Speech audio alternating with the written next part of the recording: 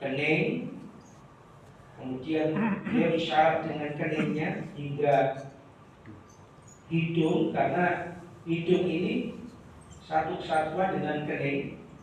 Lalu kemudian kedua tapak tangan, kedua tapak tangan, kemudian kedua lutut dan ujung-ujung dari jari kaki-kaki. Jadi ujung-ujung dari jari-jari kaki itu yang menjadi rukun sujud, sehingga ketika sujud posisi kaki itu ditegakkan begitu jari-jarinya sehingga menghadap kiblat, dan yang semula berdiri itu kan kakinya renggang, maka ketika sujud itu dipepetkan jarak antara kaki kanan dan kiri itu 1 jengkal. Jadi tidak lebih dari 1 jengkal. Jadi 1 jengkal boleh, atau agak mepet juga boleh. Jadi bukan kemudian melebar, tapi jarak antara kaki kanan dan kaki kiri itu 1 jengkal atau agak mepet. Misalnya nempel ya nggak apa-apa, tapi andai kata renggang tidak lebih dari 1 jengkal.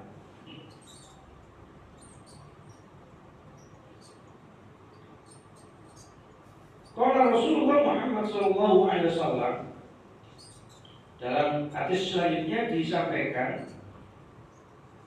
idza sajadta, ketika engkau sujud, yaitu dalam sholat, fadha, maka letakkan kaffaika, kedua tapak tanganmu, warfa' wirfaqaika, dan angkat kedua sikumu.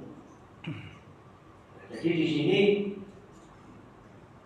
diperintahkannya kita oleh Nabi ketika sujud, tapak tangan itu posisi diletakkan di lantai, kemudian sikunya diangkat, bukan sikunya diletakkan di lantai juga, sebab yang demikian itu digambarkan oleh Nabi seperti anjing, sangat buruk lah, menunjukkan ketidakseriusan sujud. Beda kalau sikunya diangkat.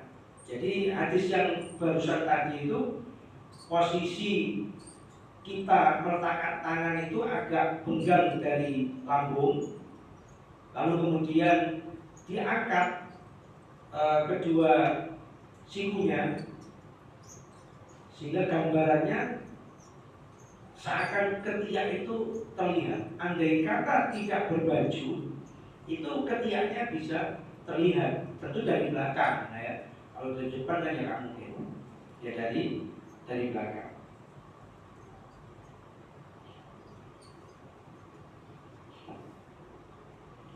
Wa an Wa'il bin Hajar anna Nabi sallallahu alaihi wasallam, dari Wa'il, bahwa kan idza raka'a farraja baina asabi'ihi wa idza sajada dhamma asabi'ahu, rawahu Hakim. Rasulullah itu dalam riwayat lain disampaikan, apabila ruku, beliau itu kedua tapak tangannya dibeber, dipegangkan gini. Jadi memegang lutut itu dipegangkan begini. Tapi ketika sujud itu dijepetkan sambil posisi menghadap kiblat. Jadi sujud bukan begini, tapi sujud itu begini. Sujud itu posisi kedua jari-jarinya ditempelkan begini, karena posisinya menghadap kiblat. Ini. Kalau rokok itu dibuka begini, karena yang dipegang adalah lututnya, bukan betis, bukan pula paha. Kan ada orang itu yang pegang betisnya, itu terlalu bawah, sehingga bukan 90 derajat. Atau yang dipegang pahanya, ya terlalu atas gitu kan, jomplang ke atas. Kalau yang bukan betis, jomplang ke bawah, tapi tegak. Itu sampai digambarkan kalau andai kata saja telur itu diletakkan di situ itu enggak jatuh. Begitu siku-siku itu yang dipegang adalah kedua lututnya. Dan itu biar terlihat enak itu, ya ini dibeber. Nah, ini dibeber ini. Jadi pas seukuran lutut kan begitu. Nah, ketika sujud itu sebaliknya, bukan dibeber gini, tapi didempelkan begini. Jadi posisinya jari kaki, jari tangan itu menghadap kiblat. Jadi sedemikian luar biasanya sholat itu selalu menghadap kiblat. Jadi kiblat itu arah, ya, arah untuk mempersatukan umat Islam dalam rangka untuk ibadah kepada Allah. Orang yang tidak paham karena kebodohan mereka, terutama orang-orang kafir, dikiranya orang Islam itu menyembah Ka'bah. Dan orang Islam itu justru mempropori agar umatnya itu menyembah Allah yang Esa dan anti terhadap penyembahan berhala, malah menyembah waktu. Kan itu lucu, ya, karena kebodohan orang-orang kafir mengiranya sholat menghadap kiblat itu menyembah Ka'bah. Jadi Ka'bah itu hanya merupakan sebuah arah saja, titik bagaimana umat Islam ini satu kesatuan untuk menghadap Allah. Jadi andai kata pun, andai kata loh ya, ada sebuah bencana lalu kemudian Ka'bah itu hancur, rata dengan tanah, tapi dorong direnovasi misalnya, masih ada puing-puing, ya tetap menghadap sana, kan begitu. Ya tetap menghadap sana, karena memang perintahnya menghadap ke Masjidil Haram. Masjidil Haram itu ya pada lebih fokusnya ya Ka'bah itu. Jadi bukan disuruh untuk menyembah, itu kan tujuan orang-orang yang bodoh. Jadi sedemikian fokusnya pada satu kesatuan arah itu hingga sholat pun. Jadi sebenarnya sholat itu kaki pun juga menghadap kiblat. Jadi kaki itu menghadap kiblat. Kalau misalnya saya praktekkan ya, saya ini agak Ustaz Halim aja coba, kita tolong aja relawan ya. Di sana Ustaz. Nah, itu menghadap kiblat gitu. Jadi menghadap kiblat sampai, jadi yang kalau semisal miring ke kanan ke kiri kan nggak menghadap kiblat, coba diperhatikan kan nggak menghadap kiblat. Makanya kalau kemudian ada orang yang dengan alasan gak dempet soknya lalu kemudian dia mekangkan, dia semakin nggak menghadap kiblat tadinya kan begitu. Nah, ini nggak menghadap kiblat dia, kalau itu berarti kan. Nah, yang benar itu adalah kakinya menghadap kiblat. Nah, demikian pula ketika sujud, coba praktekkan sujud bisa. Nah, itu genggamannya dihadapkan ke kiblat begitu. Lalu benar itu ketiaknya akan kelihatan, kemudian terbang dari lambung kanan dan lambung kiri, kemudian diangkat sikunya. Coba praktek yang salah, misalnya lengannya ditempelkan. Nah itu nggak benar. Gambaran yang disampaikan Nabi itu seperti anjing. Atau kadang tangannya itu diangkat, coba Ustaz, jarinya itu diangkat gini. Nah, kan ada orang gini, anak-anak muda tuh, gini kan, gini. Jadi tampaknya nggak ditempelkan. Karena ada anak muda itu nggak sah. Nggak nempel kadang. Jadi harus blok gini, bukan gini. Bukan gini Ustaz. Bukan gini. Apalagi model genggam ya kalau maksa. Atau kakinya belakang itu nggak dianukan, nggak dihadapkan kiblat. Coba hadap sana. Nah, coba. Nah itu jangan tidurkan. Itu nggak sah. Nah itu nggak sah. Model gini nggak sah. Atau jangan angkat. Kadang ada yang sujud diangkat. Begitu. Ada, tapi nggak tinggi banget sih. Nah ini nggak sah juga. Terus jaraknya bisa nempel, coba dengan sujud. Bisa satu jengkal. Nah gitu. Nggak terlalu lebar, cuma praktekkan lebar. Nggak begitu. Tapi satu jengkal atau nempel nggak apa-apa. Itu yang dipraktekkan sebagaimana yang dilihat oleh sahabat. Termasuk ini menghadap kiblat, cuma dengan menghadap sana aja. Sujud kita, sujud. Nah, sujud itu jari-jari itu tidak lebih dari lutut. Coba tapak tangan sudah sujud tahiyat.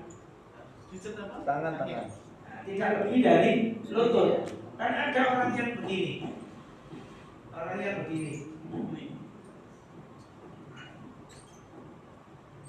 Nah, kalau begini kan ke bawah ini tangannya, nggak menghadap kiblat. Gini, hendaknya begini. Nah, tangan kanan langsung menggenggam. Jadi sholat itu tangan tahiyat awal atau akhir sama. Tahiyat awal itu tangan kanan menggenggam langsung, tangan kiri itu pojok lutut. Jangan begini. Kalau begini kan rokok namanya. Ini nggak menghadap kiblat ini kan. Jarinya begini. Sama ketika duduk di antara dua sujud, itu ya tangannya sama menghadap kiblat ini. Jadi sholat itu selalu menghadap kiblat. Kalau begini kan nggak menghadap kiblat tadi. Menghadap sajadah. Menghadap ke bawah tadi. Walaupun ini tidak mempengaruhi batal tidaknya, tapi makruh. Beda kalau sujud tadi nggak sah. Kalau kakinya nggak nempel jari-jarinya, atau tangannya diangkat, atau tangan nggak nempel ke lantai, itu juga nggak sah sujud. Kening, nah, kening juga. Misalnya kopiahnya terlalu ke bawah, bisa. Disujudi gitu. Itu kan juga menempel. Kalau sebagian aja Ustaz. Sebagian nggak apa-apa. Pokoknya jangan tertutup sama sekali gini. Atau surbanan, karena ada orang surbanan ya. Nah, surban ini kan masih menyatu dengan badan. Lalu ke depan, Nutup. terus disujudi. Nah itu juga batal sujudnya. Beda kalau surbannya dicopot. Nah, kalau surbannya dicopot buat sajadah nggak masalah. Tapi kalau sesuatu yang masih menempel di tubuh, posisi kemudian istilahnya ini nempel ke depan terus disujudi, itu nggak sah. Termasuk rambut. Termasuk rambut. Rambut, bukannya contoh gini. Misalnya ini kan surban. Terus surbannya gini, saya sujudi. Nah, ini batal. Boleh. Nggak boleh. Termasuk ini kabel kan nempel satu tubuh. Makanya hati-hati. Makanya biasanya model gini ada di sini cetakan ini. Biasanya ada aman gitu. Karena apa? Kalau disujudi itu berarti menutupi kening. Nah, makanya kopiah gini nggak boleh, rambut juga nggak boleh. Kalau perempuan rambutnya terlihat walaupun nggak tutupi batal karena aurat. Makanya wanita harus kalau sholat mengenakan kerpus atau ikat. Kalau sekarang itu istilah anak-anak itu ciput ya, ciput ya, model selpuan itu ciput, kerpus atau ikat terserah. Kalau nggak begitu, sujud rukuk ketara kelihatan rambutnya batal. Seperti jambul anaknya Gus Dur biasanya kudungannya kelihatan lah. Atau anaknya Pak Harto dulu itu, ya jambul gitu aja sah itu kalau sholat. Kalau sholat betul sah. Tapi kalau laki-laki kelihatan rambutnya nggak masalah, asal nggak nempel ke keningnya. Ada lagi yang ditanyakan? Kalau berdiri dari sujud, Ustaz, kadang-kadang ada yang tangannya gini. Iya. Boleh. Iya. Kalau berdiri, nah di sini nanti ada hadisnya kan?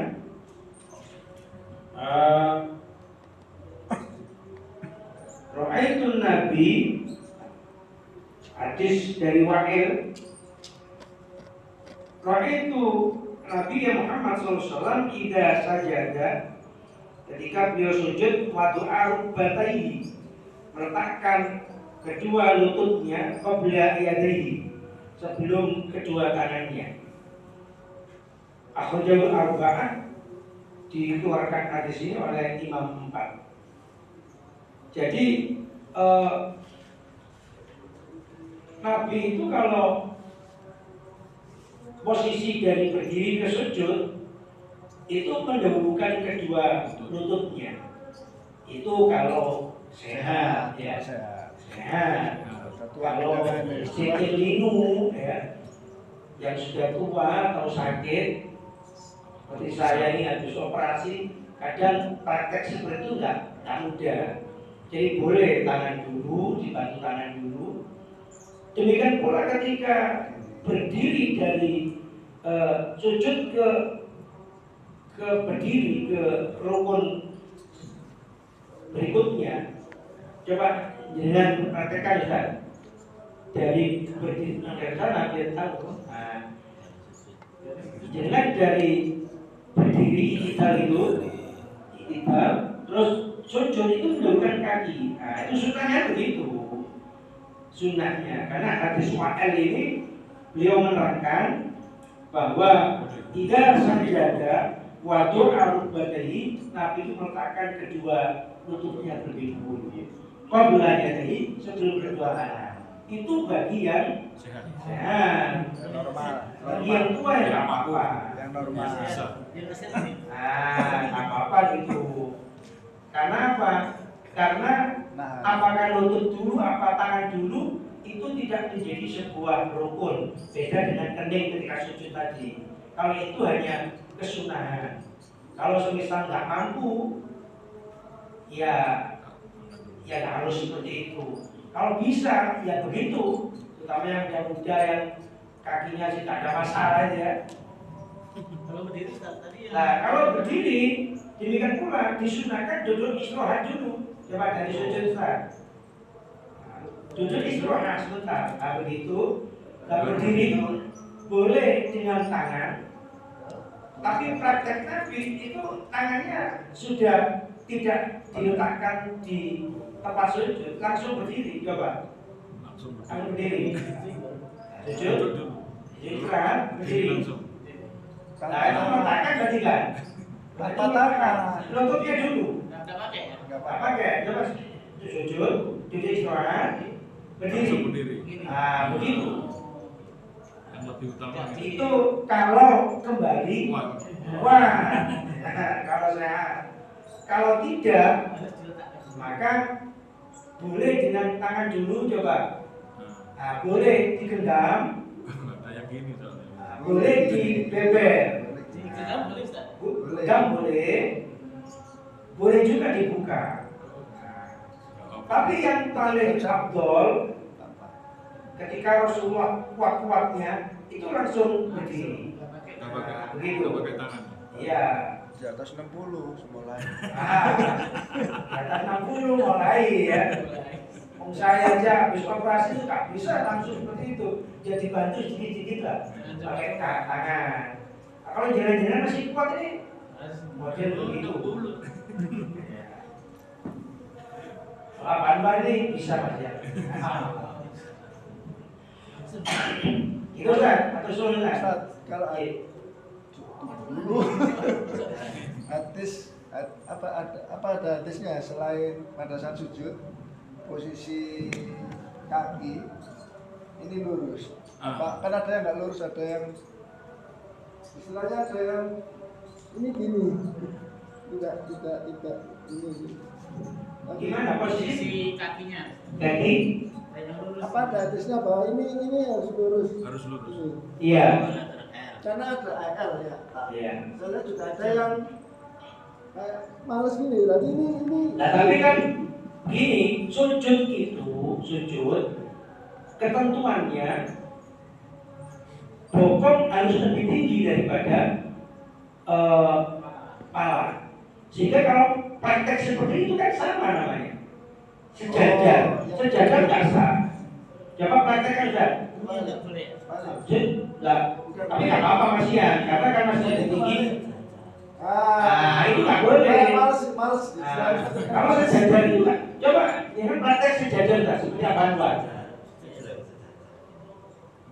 Itu kan sejajar ini. Males ya. Ya sah. Nggak mau berdiri. Nah, kalau Badannya nggak mau Ustaz diangkat. masih pernah ini dia Pak. Tapi ya bantal ini. Tinggi pantat daripada.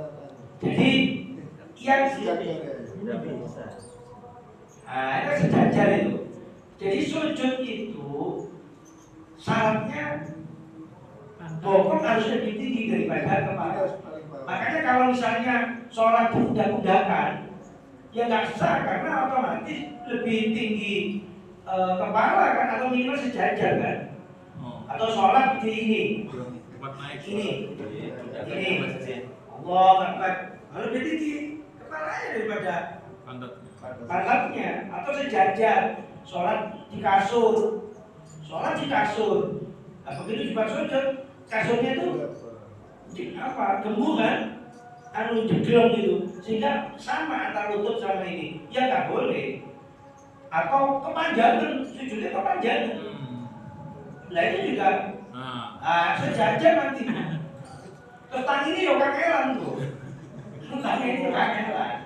Nah, makanya pokoknya yang dilihat oleh para sahabat, satu, 7 tempat tadi yang harus dikerjakan. Yang kedua, tangan ini harus nempel, bukan terus. Karena ada anak muda itu gini, karena begitu dekatnya dengan lutut. Makanya Nabi memerintahkan bahwa tangan ini harus dibundakkan dari kedua lambungnya.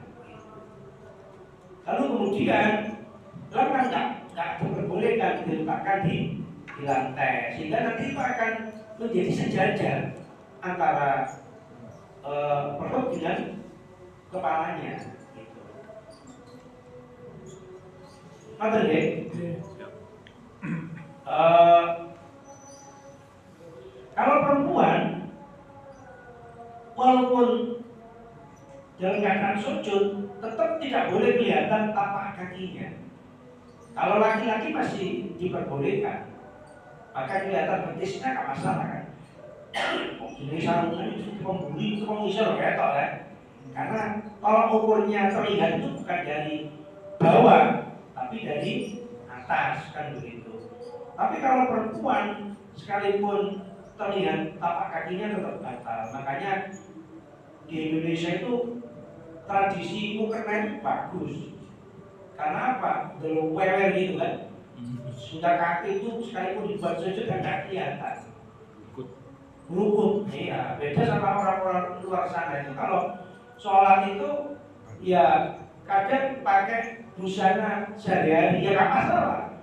Asal ketika dibuat sholat itu pakai kaos kaki atau mungkin roknya itu dibawakan sehingga tidak terlihat apa kakinya. Bolehkah kaos kaki? Boleh, jangankan perempuan, laki-laki aja boleh kok. asal kaos kakinya suci. Karena tapak tangan dan kaki itu tidak sama dengan kening. Kalau kening tidak boleh ditutup. Tapi kalau tangan dan kaki itu masih diperbolehkan ditutup. Misalnya ibu-ibu sujud tangannya terkena mukena misalnya, atau bapak-bapak lengannya terlalu panjang, lalu kemudian disujudi, sujud di bajunya itu, gak masalah. Atau kakinya di kaos kaki karena dingin, gak masalah, asal bukan keningnya, Yeah. Jarinya ini kelihatan ya, yang atas itu, yang telapak tangan tapi yang atasnya. Nah, perempuan itu yang dimaksud tapak tangan itu ya tapak sama yang di luar punggungnya itu. Nah, asal bukan lengan. Kalau pergelangan tangan kemudian nampak itu tidak sah. Jadi yang dimaksud tapak tangan itu ya sekalian ini di atasnya di punggungnya itu. Artinya boleh kelihatan. Boleh, nggak masalah, asal bukan pergelangan gitu. Tapi abdolnya ditutup. Makanya mukena itu yang sempurna, karena mukena itu kan ada semacam cangkrongan ya, ada cangkrongannya. Nah itu yang paling abdol. Makanya walaupun itu tradisi Indonesia, tapi luar biasa sebagai alat atau media penyempurna sholatnya bagi perempuan. Yang sekarang yang terbaru itu kan sambungan itu Ustaz, tapi tangannya di dalam nggak kelihatan. Iya, ya malah bagus, nggak apa-apa. Nggak apa ya? Iya, malah bagus karena tangan itu tidak harus terlihat, tapi wajibnya itu nempel ke lantai tempat sujud. Tapi dibuka atau tertutup nggak masalah, laki maupun perempuan. Ada dulu ya.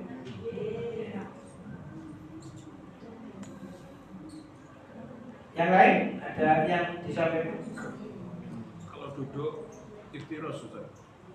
Oh iya, duduk iftiros dan duduk tawarruk itu sunnahnya seperti itu. Jadi coba praktek lagi relawan iftiros. Nah, kalau iftiros kan begini, iftiros. Kalau tawarruk, iftiros itu yang tahiyat awal atau duduk di antara dua sujud. Kalau tawarruk itu yang terakhir. Ini praktek Nabi ketika menghadap Allah di saat di Sidratul Muntaha, mi'rajnya Nabi seperti ini. At-tahiyyatul mubarakatuh, sholatu thayyibatullah. Lalu itu menghadap kiblat kakinya itu. Punggungnya kalau misalkan gini nggak boleh Ustaz. Kalau misalkan nggak bisa, Nah, bagaimana kalau tidak? Ya, nggak masalah, karena bukan menjadi rukun. Kalau sujud kan rukun, tapi kalau duduk tidak menjadi rukun. Semisal begini boleh, atau bersila. kalau sakit nggak Jujur bisa bersila. gini. Apa? Apa? Nah, kalau begini yang makruh, model begini, atau duduk di atas tumit. Coba praktekkan duduk di atas dua tumit. Nah, ada yang begitu. Ini makruh. Yang sama dengan Nabi menyampaikan itu bagaikan anjing dan sebagainya. Jadi, tapi bagi yang sakit ya nggak masalah. Dulu Pak siapa yang ujung itu, itu kan sakit. Modelnya begitu apa-apa sakit. Tapi kalau nggak sakit ya iftirosnya seperti ini. Jadi yang makruh itu yang model didudui atau yang model yang di atas tumit gitu. Itu yang sifatnya makruh. Kan banyak yang model gini atau yang model kedua kakinya ditindih. Nah, gitu. Itu kalau nggak salah dulu di tuntunan sholat yang karangan Rifai itu seperti itu, duduk di antara dua sujud itu. Iya. Kalau nggak salah begitu. Iya. Berarti salah buku itu. Jadi Contohnya makro. Nah, itu enggak.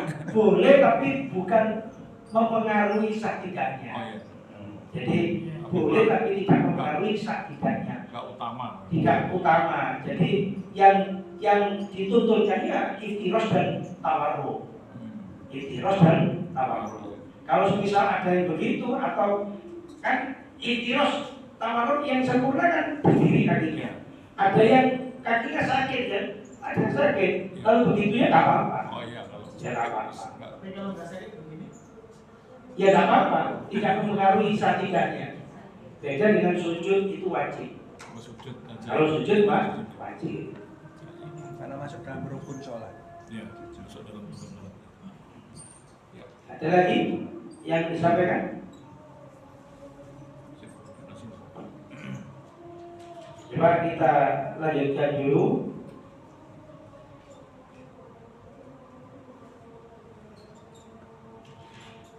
Oh, tapi sudah bisa ya. Bisa. Nah, kita nanti Oh iya.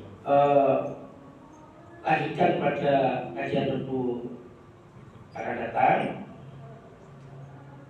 Kalau perlu nanti setelah bahasan selesai ya praktek mulai awal ya, biar takbiratul ihramnya bagaimana, sampai kemudian salamnya bagaimana, mumpung ada relawan ya. Saya kira demikian, kurang lebihnya maaf. Mari kita tutup dengan doa majelis. Subhanallahumma wa bihamdika, asyhadu an la ilaha illa anta, astaghfiruka wa atubu ilaik. Assalamualaikum warahmatullahi wabarakatuh. Waalaikumsalam warahmatullahi wabarakatuh.